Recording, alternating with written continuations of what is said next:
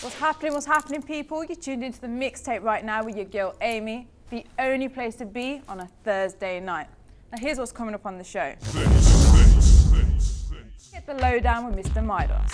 He's creating a buzz on the music scene right now. It's Mr Midas. Scared on people. Don't go nowhere. He's creating a buzz on the music scene right now. It's Mr Midas. Scared on people. I'm Mr Midas. It's the face you've seen from your TV screen. Are you crazy?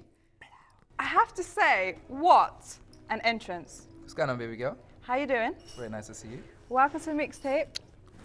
I don't know if my mom's gonna like that, but anyway, Mom, sorry. Mummy, she's beautiful, so what kind of stuff? I'm getting shy now. Okay, so people who don't know who Mr Midas is. Mr Midas is a dancehall artist.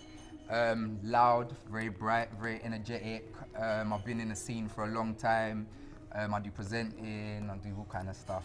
But you kind of got noticed through a TV show, shall we say? Yeah, I kind of got brought to the limelight, so to speak. I did a show called Musical, and Musical was basically 10 artists from all different musical genres. How did you get picked for that? Did you just see an advert for it and then just apply for it one time? No, funny enough, the girl that I was working with at the time, who was doing PR for me, she sent a group email. She gave you the hookup, yeah. Yeah, well, she sent... It's good to know people, you know.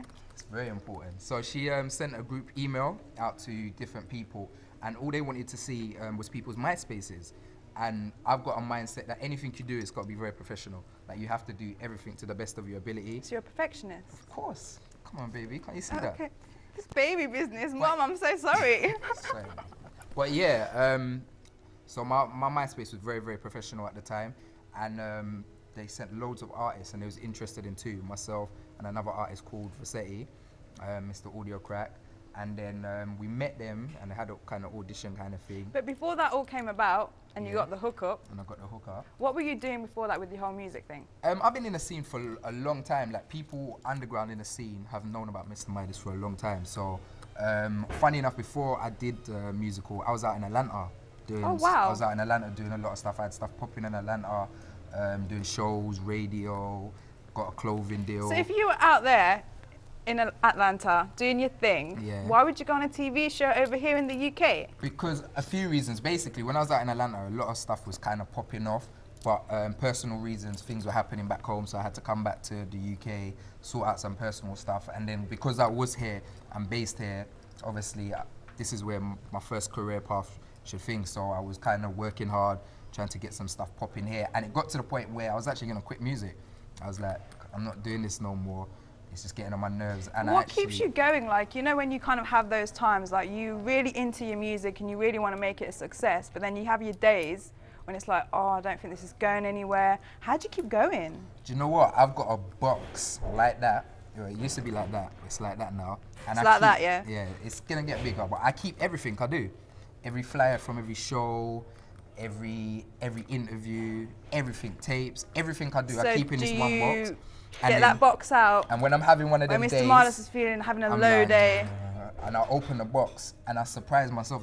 I forget how much I've done and how far I've come. And you go and you're like, oh wow, I forgot about that. That's the way it goes sometimes. You kind of have to remind yourself, or when people tell you, you know what, you've done this, you've achieved this, it's like you don't realise yourself. Yeah, because when you're in the middle of it, everything's just moving so quick, so you're not really thinking about all the things you're doing, and it's outside people who actually say, but you're doing so much, bro, you're doing this, you're doing that. And sometimes you're getting stressed because you're thinking, you're observing what everyone else is doing, because I'm always forward looking, I'm never looking backward.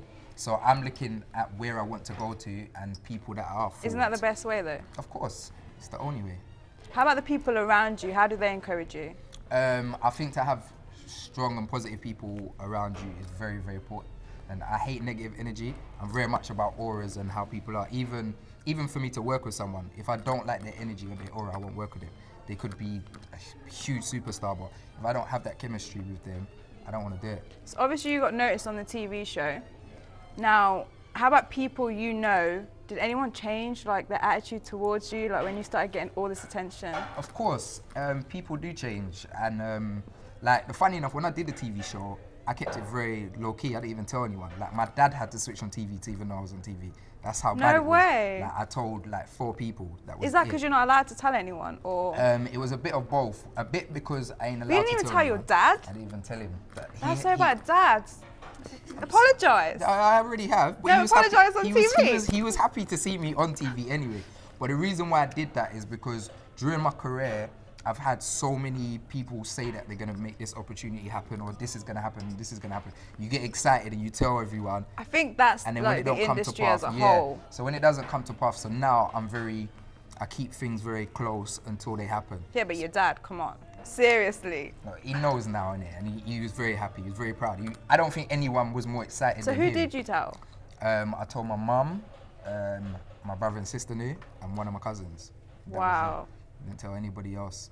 So people actually had to switch on TV to know I was on TV. So how did you feel being there with all these other people? Because people doing all different kinds of music, wasn't it? For me, it was perfect because I love music.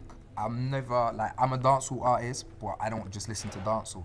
I listen to all genre music. I listen to indie. I listen to classical music. Sometimes, like, I listen to music and my mum looks at me like, "What are you listening to?" Or like, I've been in my house and I'm listening to classical, and I've been listening to. You listen to classical music? Yeah, I've been listening Seriously? to Shoplin, and I'll be like, and my man then will come in with dogs, and they'll be like, "Cuz, what are you listening to?" Like, bruv, you don't know. And a lot of the songs that people listen to, like, a lot of people know them because of adverts and a lot of samples. So even one tune I was listening to with my brother, and he was like, "Blood, that's from a Jay-Z song," and I was like, "No, it's the other way around." So Jay-Z got that from there. So I listen to all different kind of genre of music because what I believe is, I think it's the industry that categorizes music. I don't really feel musicians categorize music. If you speak to any musician, they're like, "I do this with a favor of that and that and that." People are always, they're giving you 100 things that they do because it's all about music and the sound. And I just like sounds that sound good to my ear. I listen to. I don't say, I'm not ignorant to say, "Oh no, if it's not hip hop or if it's not bashment, I ain't listening to it." You're kind of open to all kinds of music. That's good though. Yeah, that's an stupid. artist though. That's for me. If you do music and that's your passion, and you're cutting yourself saying you're only gonna listen to that music, that's ignorant. So how has your life changed? Musical did actually change my life because even though I was in the scene and I was working for years and like I was doing the scenes, the Sugars and the Oceans, and I knew people in the scenes like JDs and Sways and all of the people, like the artists knew me, but it took me to the public. Like the show had like 2 million viewers a week. So this was 2 million viewers who didn't know who Mr Midas was, who instantly knew me. So my fan base, like my MySpace just went zzzz. So were you surprised by all the attention? I tell you, I kind of knew people would take to me. I was surprised how many different kind of people talk to me. Because like I'd get mums, like young mums stopping me in the street saying, "Oh, you're an inspiration to my son." I'd get man them stopping me. I thought he was going to say I get young mums stopping me on the street saying, "Oh, you're so cute." Oh yeah, I used to get, I got that as well. Oh, all right, don't push it. Luckily Okay. enough. Yeah, you didn't tell me that first, so whatever. Don't even drop that in the conversation now. I also got like guys from jail who say, "Hey, cuz man used to watch you in prison, you know, and you're the biggest thing in jail," and you're like, No way. "Thank you." And then I'd get like rock people, like proper rock people and mods and indie people coming up like, "I don't listen to your kind of music, but I think you're really good, you know." That's crazy. And I even done rock shows. Like there's a place in Camden called the Edinburgh Castle, and it's like the cream of the crumb of rock music. Like all of the big rock acts start there and thing. And I've done shows there, like, and rock people are screaming, "Mr Midas, Mr Midas." So when you're hearing, when people come up to you and they tell you all this, how are you feeling? Do you know what? I appreciate so much. Like I've got time for every single person, any person that talks to me, that anything, because I've worked my whole life for this. Like I've become my own product and worked my whole life to get here, and every single part of appreciation, it makes me say, "Raw, this is why I do it."